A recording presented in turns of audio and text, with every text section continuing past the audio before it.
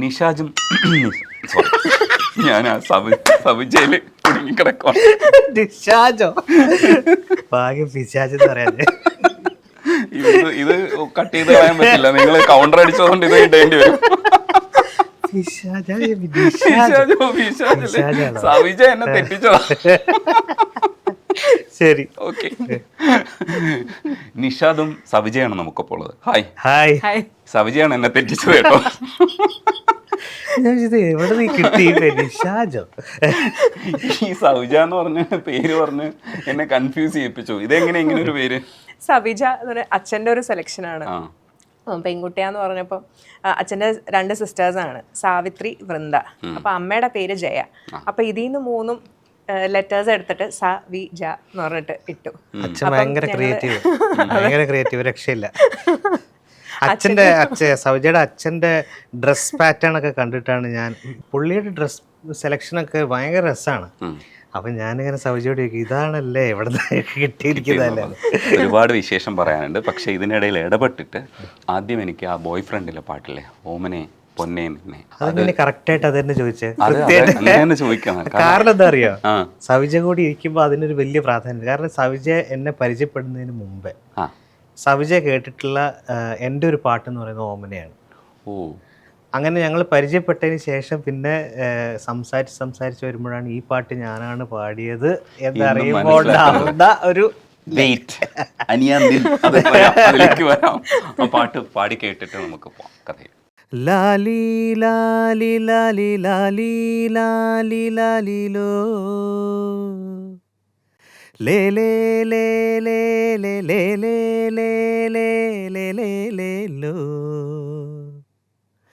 ഓമനെ ഉണ്ണി നിന്നെ ഓർത്തിരിപ്പു ഓരമ്മ താമരേ നിൻ പൂങ്കവിളിൻ നല്ലിതളഴകിൽ നൂറുമ്മ പാലാഴി നിലാവമ്മ ചേലേഴിൻ കിനാവമ്മ എൻ്റെ മാത്രം അമ്മ ഓമനെ ഉണ്ണി നിന്നെ ഓർത്തിരിപ്പു ഓരമ്മ.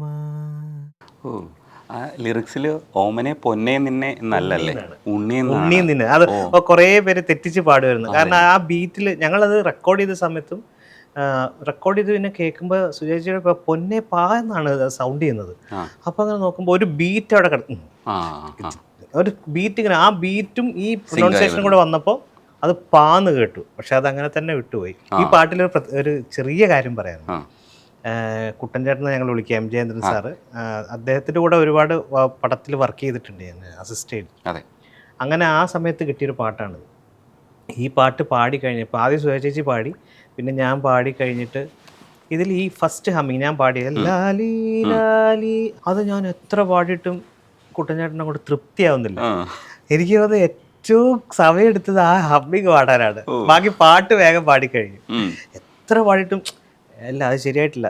ചേച്ചിയുടെ ആ ഒരു എക്സ്പ്രഷനിലേക്ക് വന്നിട്ടില്ല. അത് ശരിയായിട്ടില്ല. അത് ശരിയാക്കുന്ന ഭയങ്കര ഇതൊക്കെ ആയിട്ട് അങ്ങനെ ഒരുപാട് തവണ ടേക്ക് ചെയ്തൊരു ഹമ്മിങ് ആണ്. പഞ്ചാര ഉമ്മ തരാം എന്നുള്ളത്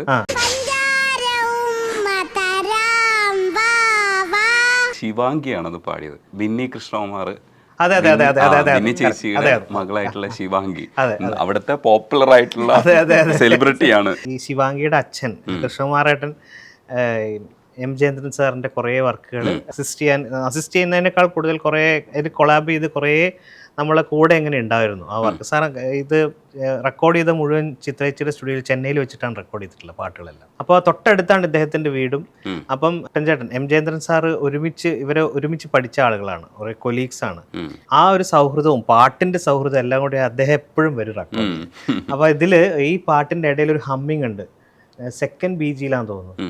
ആ ഒരു ഹമ്മിങ് പുള്ളി വെറുതെ അവിടെ ഇരുന്ന് ഇങ്ങനെ നമ്മൾ പാട്ട് റെക്കോർഡ് ചെയ്തതിന് ശേഷം ഇങ്ങനെ പ്ലേ ചെയ്തപ്പം കൃഷ്ണകുമാറേട്ടൻ അവിടെ ഇരുന്നിട്ട് ഇങ്ങനെ വെറുതെ പാടിയത് അതിൻ്റെ കൂടെ. എം ജയേന്ദ്രൻ സാർ പറഞ്ഞു, കൊള്ളാമല്ലോ അത് റെക്കോർഡ് ചെയ്യും അങ്ങനെ അത് ഇട്ടിട്ടുണ്ട്. അങ്ങനെ ഒരു സാർ ഇട്ടിട്ടുണ്ട്.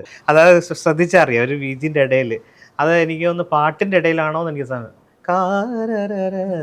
അല്ലേ കാർത്തിക പൊൻകരൾ കാവിൽ അമ്മ കണ്ണിൽ നെയ് നിറ അത് പാടുന്നതിന്റെ ഇടയിൽ ഒരു ഹമ്മിങ് ഇങ്ങനെ പോകും എന്റെ ഇടയിൽ അത് പോകുന്നുണ്ട്. എനിക്ക് പാടാൻ അറിയില്ല, മനസ്സിലുണ്ട്. അതാണ് അതും കൂടെ പാടൂ. സ്നേഹമനോഹരിയല്ലേ എന്നമ്മേ ഞാൻ തുണയില്ലേ ലോല മനസ്സല്ലേ എൻ താലോലം തങ്കമല്ലേ അച്ഛനെങ്ങോ പോയി അമ്മയെല്ലാമായി കണ്ണന പോലും കഥയായി ചാരത്തു ദൂരത്തു ഞാൻ എന്നോമനെ ഉണ്ണി നിന്നെ ഓർത്തിരിപ്പു ഓരമ്മ. ഇനി ആ കഥ പറയൂ, ആ പ്രണയകഥ പോരട്ടെ. സവിജ സംസാരിച്ചു തുടങ്ങും. ഞാൻ ഈ പാട്ട് ശ്രദ്ധിക്കുന്നത് ആക്ച്വലി എന്താന്ന് പറഞ്ഞു കഴിഞ്ഞാൽ, ഞാൻ ഡാൻസറാണ്.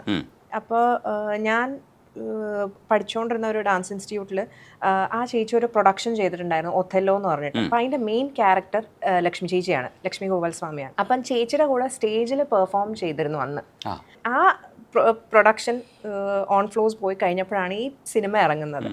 അപ്പം സിനിമ ഇറങ്ങുന്നത് കണ്ടപ്പം ഈ ആ പാട്ടിൽ മണിക്കുട്ടനും ലക്ഷ്മി ചേച്ചിയും കൂടെ ഒരു ഡാൻസ് സീക്വൻസ് ഉണ്ട്. അപ്പം അത് കണ്ടപ്പോഴേക്കും പെർഫെക്റ്റ്ലി കോറിയോഗ്രാഫ്ഡ്, ഭയങ്കര രസമുള്ള ഒരു പീസ്. അങ്ങനെയാണ് ആ പാട്ട് ശ്രദ്ധിച്ചു തുടങ്ങുന്നത്.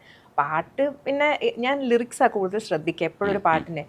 ലിറിക്സിനൊരു ഫ്ലാറ്റ്, എനിക്ക് ഭയങ്കര ഇഷ്ടമുള്ള പാട്ടാണ് ആർ കെ ദാമോദരൻ സാറിൻ്റെ. മണിക്കുട്ടൻ ഒരു ഷോയിൽ വന്നപ്പം ഞാൻ വിളിച്ച് റിക്വസ്റ്റ് ചെയ്തത് ഈ പാട്ടായിരുന്നു.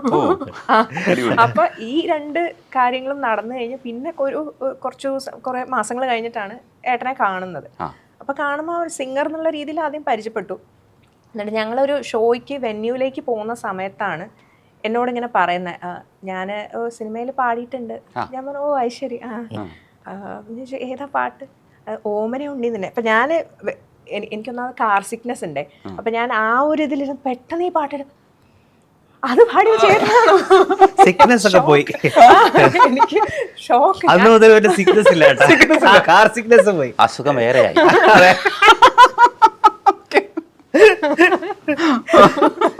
സത്യമായിട്ട് പിന്നെ കാർ സിക്നെസ് ഇന്ന് വരെ ഇല്ല. അതങ്ങനെയാ, വേറെ ചില അസുഖങ്ങളും നമ്മള് ചെറിയ ഫ്ലാറ്റ്. എനിക്ക് ആ ഷോക്ക് കാരണം എനിക്ക് സത്യം പറഞ്ഞാൽ ഇപ്പോഴും എനിക്ക് ആ പാട്ട് പാടിയത് ഞാനാന്ന് പറയുമ്പോഴേക്കും ഞാൻ പറയാം, എന്താ പറയാ, അത് കേൾക്കുമ്പോൾ അതിങ്ങനെ ആ സീനെ ഓർക്കുമ്പോഴൊക്കെ എനിക്ക് ഭയങ്കര ഫീലാണ്. റൊമാൻറ്റിഫിക്കേഷൻ. അല്ലാതെ വേറെ പാട്ടൊന്നും കേട്ടിട്ടില്ല. അതിന് മുമ്പ് പാടിയ പാട്ടുകളൊന്നും അറിയില്ല, ഇത് മാത്രം. അപ്പൊ ഞാൻ ശരിക്കും പറയുന്നത്, ഇപ്പം പാലപ്പൂതള് നമ്മള് അതിലേക്ക് വരും, എന്നാലും പറയാം അതാണ് ഏറ്റവും കൂടുതൽ ആളുകൾ കേട്ടിട്ടുള്ള കാരണം. പക്ഷെ ഈ പാട്ട് പിന്നീട് ഞാൻ തിരയുമ്പോഴാണ് അത് അത്രയും ഹിറ്റായിരുന്നു ആ പാട്ട് ആ സമയത്ത്. പക്ഷെ അന്ന് നമ്മളങ്ങനെ ഈ പറയുന്ന പോലെ സോഷ്യൽ മീഡിയ അങ്ങനെയൊന്നും, മാത്രമല്ല അന്ന് ചെന്നൈയിലായിരുന്നു കൂടുതൽ സമയം വർക്ക് ചെയ്തുകൊണ്ടിരുന്നതൊക്കെ എം ജയചന്ദ്രൻ സാറിൻ്റെ കൂടെ. അപ്പോൾ ഈ പാട്ട് ഹിറ്റാണോ ഇല്ലയോ എന്ന് നമുക്ക്, കേരളത്തിൽ ഹിറ്റാണോ ഇല്ലയോ എന്ന് നമുക്ക് അറിയാൻ പറ്റില്ല. പക്ഷെ അന്ന് കുട്ടൻചേട്ടൻ്റെ പാട്ടുകളെല്ലാം ഹിറ്റുകളായിരുന്നു.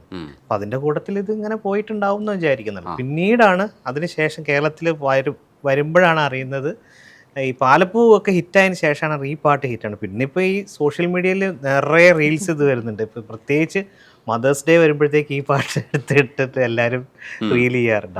ഇടയ്ക്ക് മണിക്കുട്ടനും കൂടെ ഒന്ന് പോപ്പുലർ ആക്കി. ഒരു ഷോയുടെ ഇടയിൽ മണിക്കുട്ടൻ പാടുകയും ചെയ്തു. അപ്പൊ ഈ പാട്ട് ഒന്നുകൂടി പോപ്പുലർ ആയി. പക്ഷെ പാട്ടിന്റെ കഥ കേൾക്കാനല്ല ഞാൻ ചോദിച്ചത്. അതിലേക്ക് വരാം ഒരു സെക്കൻഡ്.